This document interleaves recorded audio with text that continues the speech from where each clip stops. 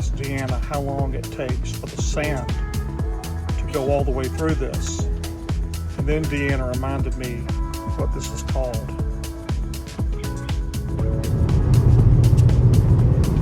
Man, I like this. I'm riding up I-95 and I'm behind a big rig, and painted there on the back it says, "Just you and me, God." And I like that. That's pretty special. Just you and me, God.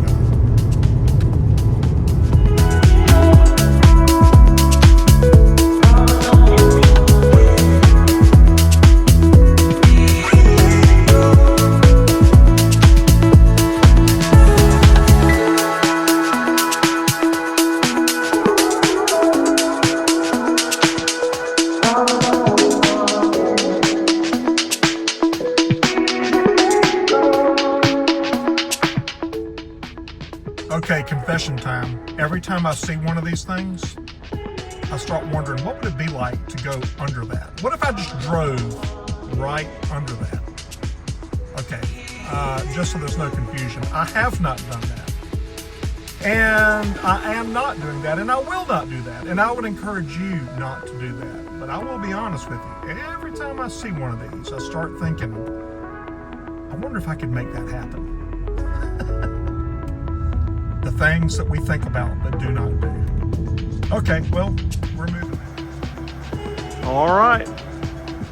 These are going to be my wheels for the next 24 hours. Let's make this move happen, man. Well, I got this moving truck, rid of the U-Haul, and heading up I-95. Go load it up. It's got a couple of boys from the high school coming and helping me do it. They're going to help me get the big furniture. We can get the little things, but I'll appreciate their help on the big things. And slept good last night, feel pretty good today. It's a lot of work today, but I'm excited. I'm really excited. I'm excited because we're moving to a great community. And we're going to be a part of a great church. We've got a nice home, and so while I am a little tired, I just keep thinking, man, we are almost there. About to begin a new chapter of life. So, yeah, I am tired but thankful and joyful. This is a good thing. And now I'm just ready to get this work done and I can be finished.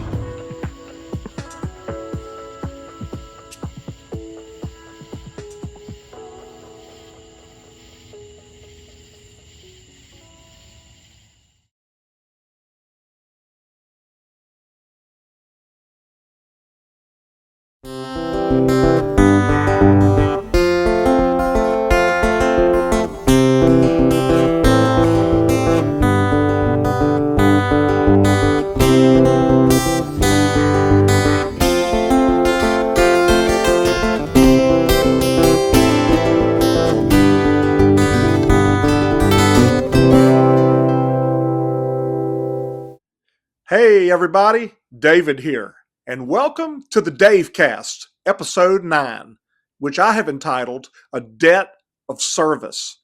I'm really glad to share this interview with you tonight.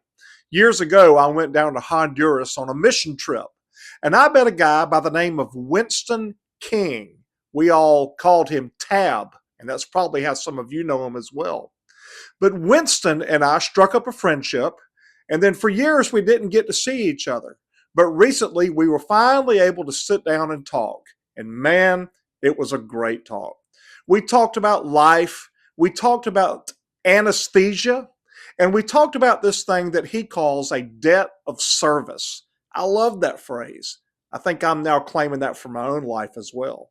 So I invite you to just sit back and listen and really enjoy and take in what Winston says here, because I think that he has some things to say that'll bless every one of us and motivate us to continue to serve our awesome God. And I'm here with Winston King. And all right, do you want to give us your title? You are a certified registered nurse anesthetist. Certified registered nurse anesthetist. I'm saying that name wrong, Yeah, aren't I? it's hard. Yeah. Yeah, one of the first things that we teach the students is how to pronounce the How to title. pronounce it. Well, I'm glad to see you. It's been what, 20 years, Every bit of it. Yeah. give or take a little bit. And the funny thing about our friendship is we had to go all the way to Honduras to meet. We met on a mission trip, I believe. We hadn't met before that, have we? Nope. I knew your brothers because they had been on mission trips with Yeah. the team I was on, and then you eventually made your way on one of them, and that's how we Right. connected. I got you. I got you. And you were good to me. I appreciate you welcoming me in. So, and I call you Tab. I know a lot of your friends call you that. If that's okay, if you don't Sure. mind. But Tab, do you want to tell us a little bit about what you do? What kind of work are you in, and what's an average day like for you in your work? Okay. So as we said, I'm a certified registered nurse anesthetist, CRNA for short, and I've been in clinical practice for 38 years, and 20 of it was purely anesthesia provision. And then around 2008, I had the opportunity to join the University of South Carolina nurse anesthesia program.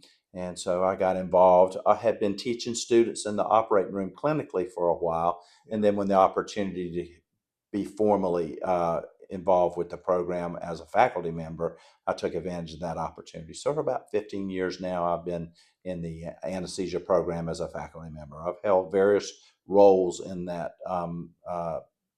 in the school, from assistant program director, and now I've started backing off, and I just have faculty responsibilities now. Right, right. I got you.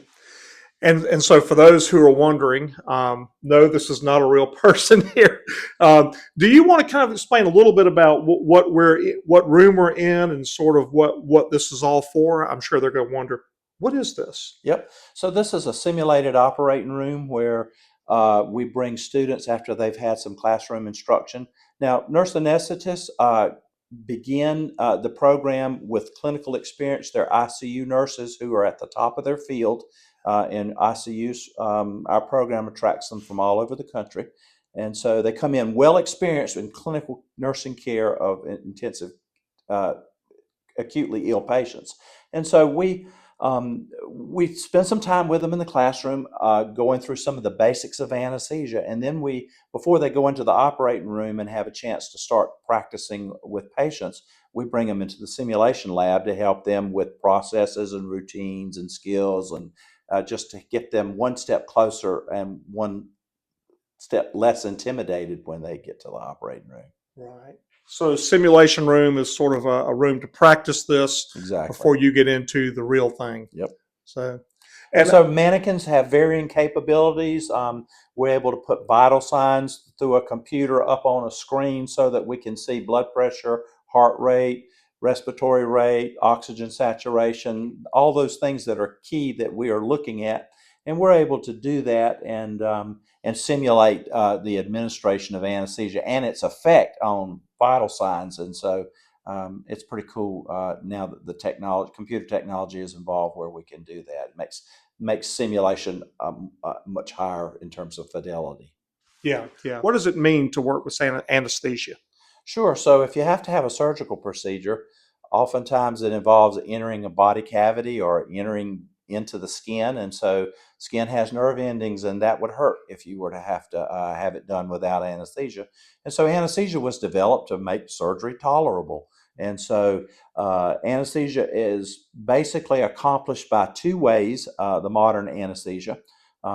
It can be done with initially with a little bit of IV anesthesia that causes you to either be sedated or drift completely off to an unconscious state. Mm-hmm. And then we can turn on some anesthesia gas and keep you asleep. It kind of catches up when the IV drug we give begins to wear off, and that only lasts a few minutes, but that gives us enough time to get the inhalational anesthesia on board, and that can kind of keep you in a steady state for as long as the surgery needs to last. And then at the end of the case, we can turn the anesthesia gas off, and within 10 or 15 minutes, you'll be somewhat awake again. Right. And that's what was interesting. You were telling me this before about how it starts with the IV. That's right. And then the gas sort of takes over. And I never realized that. That's fascinating. So there are a couple of different ways you can do anesthesia. We can inject local anesthesia into the skin for superficial surgical procedures like removal of skin cancers or just removal of lumps and bumps or things like that. And, they can inject local anesthesia under the skin. If you go to the dentist, you get local anesthesia injected into your gums and your mouth and teeth get numb. So the same kind of thing can happen with superficial procedures. We can do spinal anesthesia and make you numb from, say, the mid body down, so that we could do a knee procedure or a foot procedure or an ankle procedure, and maybe even some lower abdominal procedures. So we could do it that way. And then the third way would be completely asleep or unconscious. Right. So you can numb part of the body, and yet they could even possibly still be awake. That's right. If you're focusing on one area. Yep. And usually when we do something like a spinal anesthesia for, say, a total knee replacement, we won't leave you there wide awake, numb from half of your body numb. We'll give you some sedation to make you nice and relaxed and sleepy so that you don't care. Lots of sounds are going on in the operating room, particularly with joint replacement. And so, we're trying to prevent recall of those potentially unpleasant noises. May not want to hear some of that. That's exactly right. Tab, how did you get into this line of work? What was it that got you interested? What was it that kind of hooked you and made you want to do this? Well, a little bit of my story. I became a believer when I was 17 or 18 years old. And one of the first things that happened was I was being mentored by a younger pastor. And he mentioned to me one day, he thought I would make a good minister. And so I began to explore that as a possibility and entered into college with the idea that I would go into the ministry. And so I was getting a degree in psychology. So after a while, I struggled the whole time with the idea of the calling. I'm hearing that I might be good at it, but I'm also hearing about this calling you're expected to feel or sense, and that was really cloudy and it never clarified itself. And so after a while, when I'd struggled enough with that, I started asking for advice from some adults that I trusted. And one lady in our church said, it's okay if God's not calling you into the ministry. So then I had to figure out, okay, now what? And so one of the things that was suggested to me, well, what are you interested in? And biology was fascinating to me. I love science, love biological science. So I finished up my degree in biological science. So I was transitioning to living on my own, and I needed money to pay for an apartment. So I got me a job as an orderly. And so part of my response, I was working at night, going to college in the daytime. It was a rough season, but it was one of those things where you got to start at the bottom, work your way up. Yeah. And so part of my responsibility was cleaning up the operating room after surgery. And so I was peeking in the window one night, waiting for the surgery to end, peeking through the window in the door, looking at what I could see. And so the nurse anesthetist came over to the door and said, "You want to come in here and watch?" And I thought, "I'd love to." She let you sit in on a surgery? She let me come in. She gave me a mask and a hat, and I already had scrubs. And so she put me behind the drapes right there where I could just look over the drapes and watch surgery. And you can imagine a young kid, I was fascinated by that. Yeah. And so I was watching surgery and was really fascinated with that, but I kept looking at the corner of my eye at what she was doing. And I thought, if I had that job, I could be in surgery every day. Yeah. What could be better than that? And so that's when I started exploring her career and what she was doing. And that's what led me into anesthesia. So I went to nursing school and got a degree in nursing. Then I was lucky enough to get into anesthesia school and got my. Do you remember the first time you put someone to sleep in surgery? And if so, do you remember what that felt like for you? Were you nervous or were you more excited? What was it like that first time? Well, I tell you, one of the first things that they teach you how to do is to put breathing tubes into the patient's trachea so that we can put you on a ventilator, protect your airway. And so that technique is one of the hallmark skills of an anesthesia provider. Yeah. Got to be able to put a scope into the mouth, see the vocal cords, put the tube between the vocal cords into the trachea. And so it's a little more challenging for the beginner to do that. Back then, we didn't have a lot of simulation opportunities, so you just started out in the operating room, just go for it. Yeah. Well, the first time I got one of those in, I looked in the airway, saw the vocal cords, put the tube in there, and was just so amazed in the moment. Well, one of the things that you quickly have to do after you put the tube is you got to connect the breathing circuit to the tube and start breathing for the patient, because when they go to sleep, they don't breathe for themselves. Right. You got to breathe for them. So I was sitting there admiring my handiwork, having successfully placed an endotracheal tube, and for seconds and seconds and seconds. And so I had to be prompted. Okay, what's next? Right. How about breathing? Airway, breathing, circulation. Yeah. So that was a pretty exciting day when I got my first intubation. And so now, are you teaching and still doing anesthesia in the OR? Yep, So you're doing I both?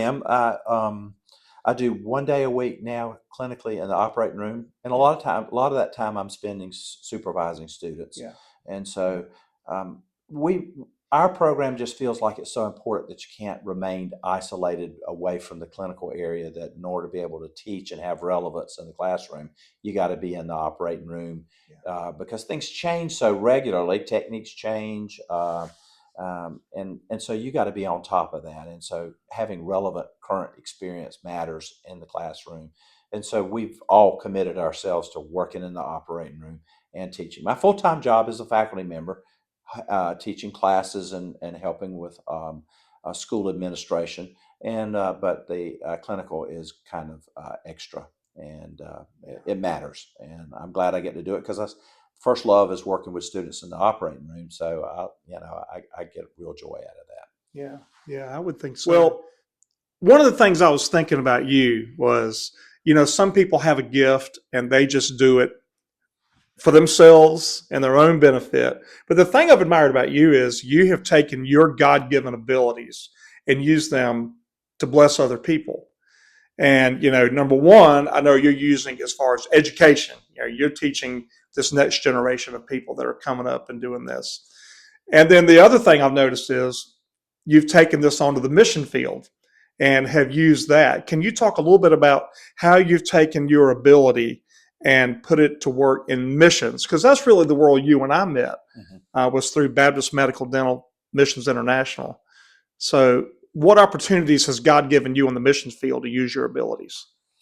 Well, going back to, exploring the calling to ministry and all of that, I could feel God urging me to make a difference in the lives of others. Mm-hmm. And so, the first thought in my mind was formal ministerial training in that way. But so I had to explore another opportunity to do that, because something I felt like I needed to do. Yeah. And so, just listening to the teaching and watching the life of Jesus in the scriptures, about he was doing things to meet people's needs. And so it kind of flows naturally that if you're going to be in the medical field, particularly in the nursing field, you're kind of a minister already. You get the clinical medical nursing training and all that to do things to take care of patients. But, there's an emotional, psychological, spiritual need that is often really superficial in patients that are very vulnerable when they don't feel well or ill,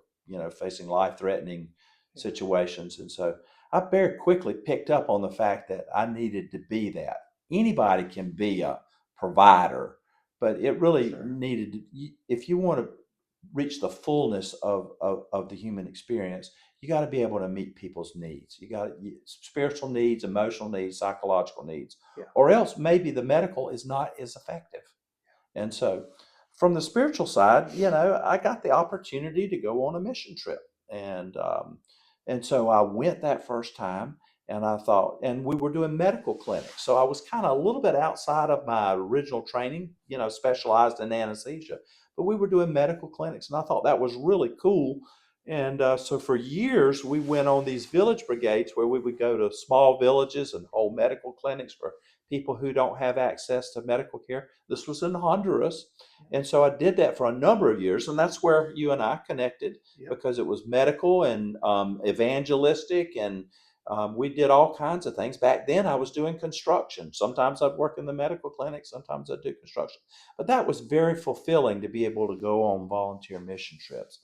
And BMDMI eventually acquired a medical clinic and started hosting surgical teams from the States at the clinic where they'd set up a little temporary OR and do surgical procedures.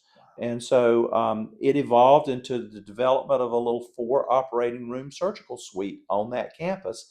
And so that became the opportunity for me to use my specialized anesthesia skills on the mission field. And so I started doing that. And I experienced probably the ultimate in fulfillment from being able to use my gifts there in ministry.